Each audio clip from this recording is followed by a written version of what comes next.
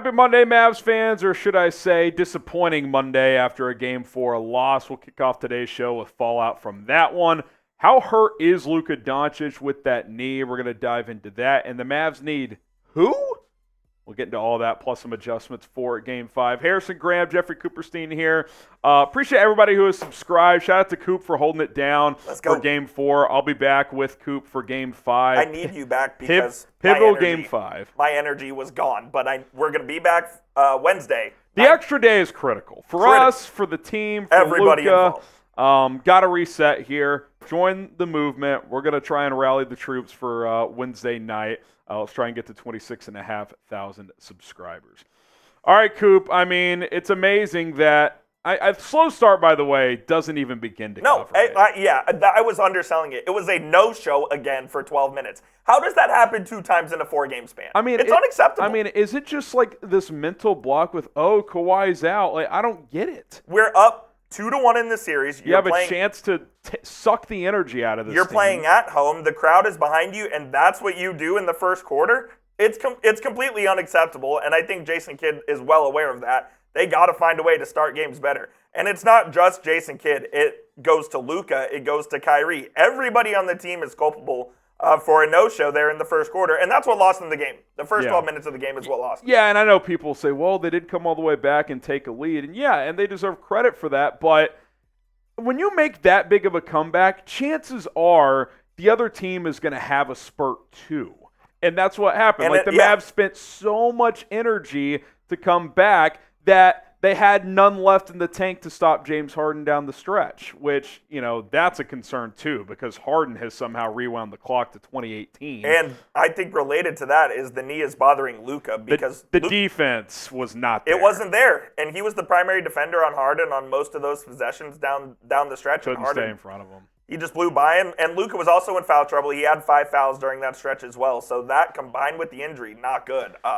We'll get into the Luka injury here more in a second, but it's certainly a concern going forward in this series. Yeah, I mean, look, I had the thought yesterday, if they somehow complete that comeback, I might rest him in Game 5 on the road. Maybe you don't even fly him out, who knows, but obviously that's off the table now. You have to play him in Game 5. And I don't think they would have done that anyways, but I would have at least considered it. It could have been a consideration at least because he's clearly not right, and even he admitted as such. It's like, yeah, it's hurting. I'm powering through for the team, but it doesn't look good, and we'll get more into that in just a few. Yeah, Kyrie, I think with that need too, you got to just take some pressure off of Luka. You're going to have to run through Kyrie more, and he's also been the more efficient offensive player in this series, so for that reason as well, I think you just need to do that.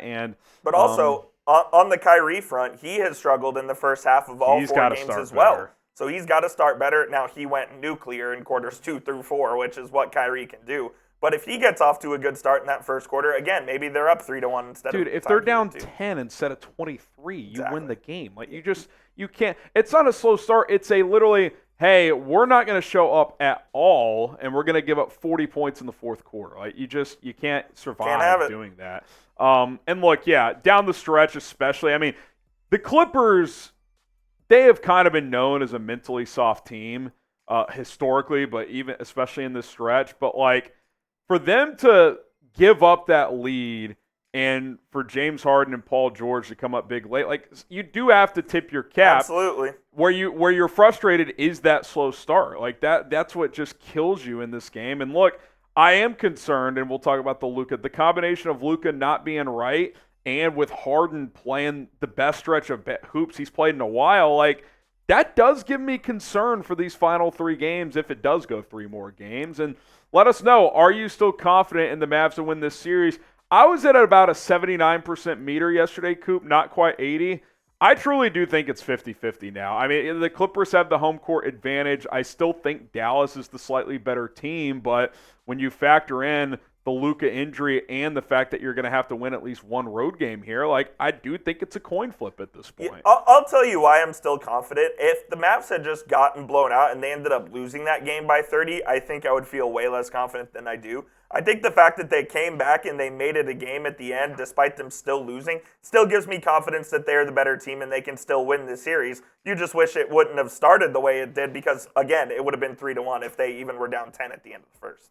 All right, let's talk about this Luka injury a little bit more. And you could kind of tell he was wearing the long pant, whatever you want Had to a call pad those. on it. But you could see that right knee compared to that left was just way more bulky because it was padded up, taped up, whatever was under there. Luka, especially in games 2 and 3, Coop, a big reason the Mavs won those 2 games is the team as a whole defended well, but Luka Played the best defense of his career. Borderline dominant on that end of the floor. And yesterday, I don't think it was a lack of trying. He just, when Harden went to that crossover, he could not laterally move. I mean, it was a big problem. So if that's a thing moving forward, I don't think you can have Luka guard him or Paul George, really. I think you're going to have to try and hide him with Terrence Mann and some of those other guys, Amir Coffey, which they do that some anyway, Agreed. throughout the course of the games. But you're going to have to try and do that for the most part. And I think if you're the Clippers, Coop, you're just going to try and get that switch. So you're going to have to find, if you're Dallas, maybe you go to his zone a little bit more. Maybe you have to fight through those screens to stay in front, because if Luka gets stuck on Harden the way he's playing, I don't think he can stay in front of him. And by the way, I don't think trapping him's a result either, because they tried that a couple times late, and it resulted in an alley-oop 2 or 3 different times to Zubats because it's a 4-on-3. I'll say this. The Mavs did try to adjust late in the fourth where they tried to put P.J. Washington on him, and he wasn't much better either. So he got cooked as well. Harden attacked Luka on that left side, which is the right knee that's bothering him, and he just blew by him, frankly. It wasn't a good defensive performance from Luka, and it's obviously contributed heavily to the knee. And Luka said he felt like he was letting Kyrie down, given the way that Kyrie played. I don't think that's necessarily true, especially if Luka's playing at 60% or whatever it is. But I do think they need him to be more efficient on the offensive end. And if he can't play on defense, the Mavs got to find a way to hide him. Yeah, I mean, look, I think he's talking about the offense here, because even though as great as he was down the stretch in game 2, and he ended up rallying for a decent statistical game in game 1, he has not shot. It's been inefficient. 50+% in a single game in this series. He was 10 of 23 yesterday. I think he's right around 40-ish% for the series. I think actually under, because that game 3 performance. And look, he's still been impactful. He's still been a good player in this series, but for his efficient standards, especially historically in the playoffs, Coop, I mean, he has, if anything, been a better playoff player. Yes, he has. He has not been great in this series. And look, that's okay. Great players have, down series all the time. I don't think this is like some big, he's can't do it an overrated. Yeah, exactly. That's not what I'm saying. What I am saying is he's going to have at least one game in the final 3 of one of those 15 of 25 games where if they're going to win this series. I don't think you can win 2 more games if he's shooting 40% from the field, especially if the defense is not going to be because that's where he was making up for it in a lot of ways, Coop, is in games 2 and 3, he locked down defensively. So, hey, you go 10 of 24 with that defense, that's cool, but you can't go 10 of 24 and then go 1 for 9 from 3 and 10 for 25 overall when you're the best player on this team. It's just not a sustainable model. So, I am concerned about the injury. I'm not that concerned about the inefficient offensive play because we know that's natural for him. But I think all in all, I'd have to give this about a 7.5 and 8. I mean, he's going to play, but he's not going to be 100%. Yeah, he's not Kawhi Leonard where he has to be 100% to play. So he'll be out there, but it's definitely cause for concern because as we saw in Game 4, he wasn't the same player that we all know and love. So we'll monitor it as time goes on, but hopefully the 2 days off help a lot. He gets the knee some rest, and he's ready to go for Game 5. One last thing on him before we get to Prize Picks as well. I do think the knee, giving him some issues, is leading to him jacking up too many Absolutely. threes. He doesn't want to go the hole. And he's just going to – if that's the case where he has to limit his drives, then he's just going to have to be more of a distributor, I think, because the three-pointer has not been there. Probably a lack of lift is part of the problem, but also it's just, look, he goes through these stretches as a three-point shooter sometimes, and if that's not there, early on in Game 5, if he misses a couple, he's going to have to change his approach offensively if he can't get downhill a lot. He's just going to have to be more of a passer. And we'll talk about the offense here in just a second, but I do want to tell you about today's proud sponsor, which is Prize Picks. It's America's #1 daily fantasy sports app. HG and I love playing Prize Picks. My Prize Picks yesterday did not hit because I had a lot of good Mavericks and a lot of bad Clippers, and it was kind of the opposite there. Yeah, and look, here's the beauty of Prize Picks. You can get back on the horse the next day. It's not like fantasy football or something where you have to wait a week. New lineups every single day, different sports, different games that you can choose from. PrizePicks.com/CLNS. Use the code CLNS. 2 to 6 player entries. Coop, talk us through your 3-player entry today. Yeah, a little MLB entry today. I have Joe Ryan. I'm going to take the less on pitcher strikeouts. I can't say I'm terribly familiar with Joe Ryan's work, but I decided to take the less, so why not?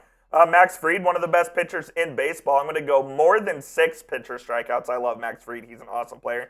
And then Jameson Taillon, less than 16.5 pitching outs. Starters don't go long nowadays, so let's take the less on that there. Love that. PrizePicks.com/CLNS. Use the code CLNS. Baseball, hockey, basketball, esports, UFC. It's all available for you guys with Prize Picks. Get started today. Links in the comments and description. Code CLNS gets you a deposit match up to $100. I can't believe we're here, Harrison. Yeah. But I think the Mavericks need Tim Hardaway Jr. Dante Exum has been unplayable in the series. Yeah, and that's unfortunate. And look, I'm not going to go on some anti-Exum rant here.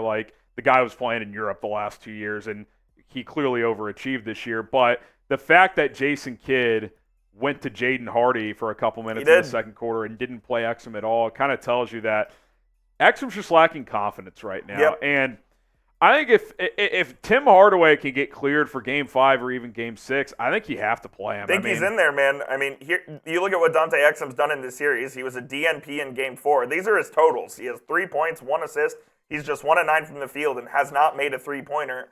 It just hasn't been good, plain and simple. I don't know if the lights are too bright, but that's kind of what it seems like right now. Yeah, I mean, we know the Clippers give guards trouble because they're very long.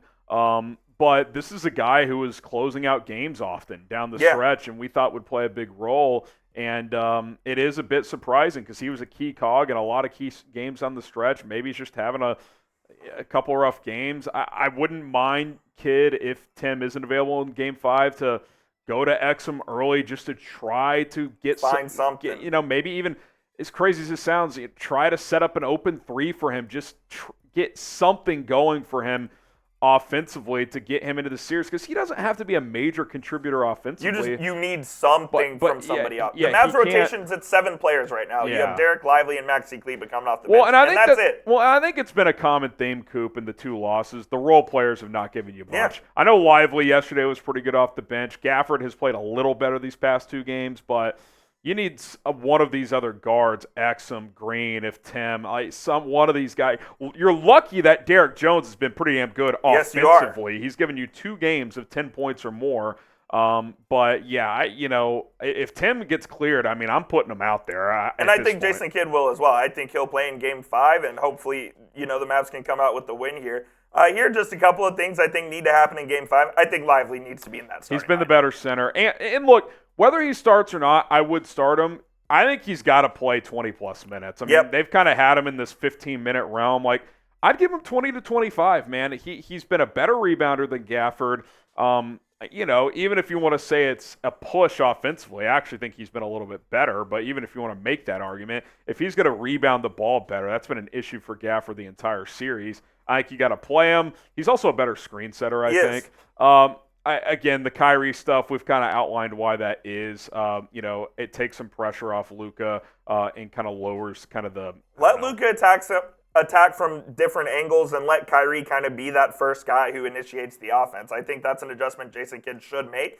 But it's going to be up to Luka if that happens. I feel like Luka was trying to force it a little too much in that fourth quarter and really didn't let Kyrie get his fair share of the ball when Kyrie was the one that was making everything happen. Yeah, and the last one, it's not an adjustment. It's just like it can't happen again. Yeah, I mean, the fact that you've gotten bulldozed in the first 18 minutes of 2 games and you're at a 2-2 series, you've kind of gotten away with it to an extent, but it's not a recipe moving forward. You're not going to get away with it anymore. So they got to be ready to go. They got to hit the Clippers in the mouth first, unlike the 2 losses in this series. I mean, even Game 2, they brought more energy, but it's not like they punked the Clippers to start Game 2. They were down 6 late in the third quarter. Game 3 is the only game where it's they kind of controlled from start to finish. So it's Game 5's the game of the year, and the winner of that game Also, most likely wins the series. This is a message to Tyronn Lue. If you're watching this, please give Russell Westbrook the ball as much as possible, because that guy absolutely stinks. He was a non-factor again, and horrific. Every time he touched the ball, good things happened for the Mavericks. Give Russ the ball, please. I mean, look, it's really just been Harden and Paul. Yeah. And Zubac's a little bit as well. That's kind of been their trio, but yeah, it's tough, man. Made it to the end of the show. If you did, MFFL, that makes you a real one. We appreciate it. And look, it's 2-2. I'm not saying I would have signed up for that before the series. I probably would have let it play out, but that's where you're at, and you got to win 2 out of 3 now. You got to go win a baseball series. Go take care of business. Yeah, so got time. Extra day should help, you would think, with Luka. Get that man on ice, and we'll see tomorrow if we get a new injury report, and we'll update you guys with that. He's Jeffrey Cooperstein. I'm Harrison Graham. See you guys tomorrow.